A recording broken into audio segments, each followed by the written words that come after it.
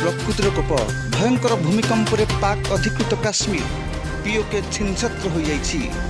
PoK जरूरी परिस्थिति घोषणा कराई 19 मृत और शताधिक आहत हो जाइछन्ति।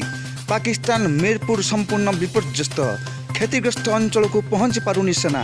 भूमिकंप तीव्रता रिक्टर स्केल 6.3 होइतिबा बेले भूकंप केन्द्रस्थल भारत और पाकिस्तान सीमा मध्य होइछि।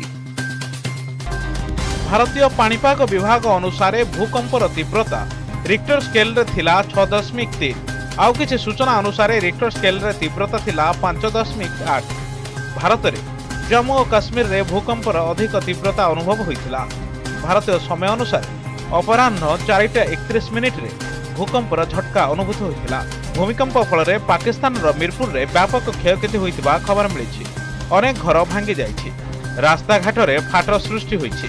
मृताहतଙ୍କ संख्या स्पष्ट भाव किसी जनापड़ी नथिले मध्य 100 रु अधिक आहत होइतिबा प्राथमिक सूचना मिलिछि।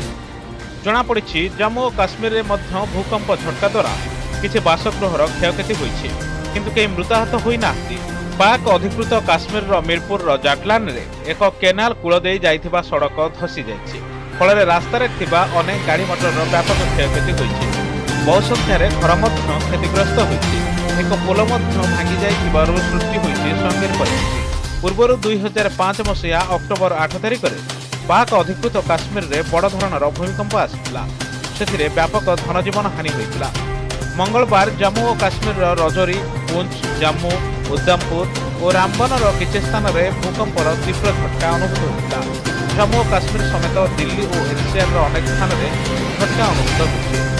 चंडीगढ़, अंबाला, पानीपत, अमृतसर, लुधियाना में अनुभूत होइछि कंपन। एसबु स्थान में लोके भय घर बाहरी आसिथिले। लोकंक मध्य आतंक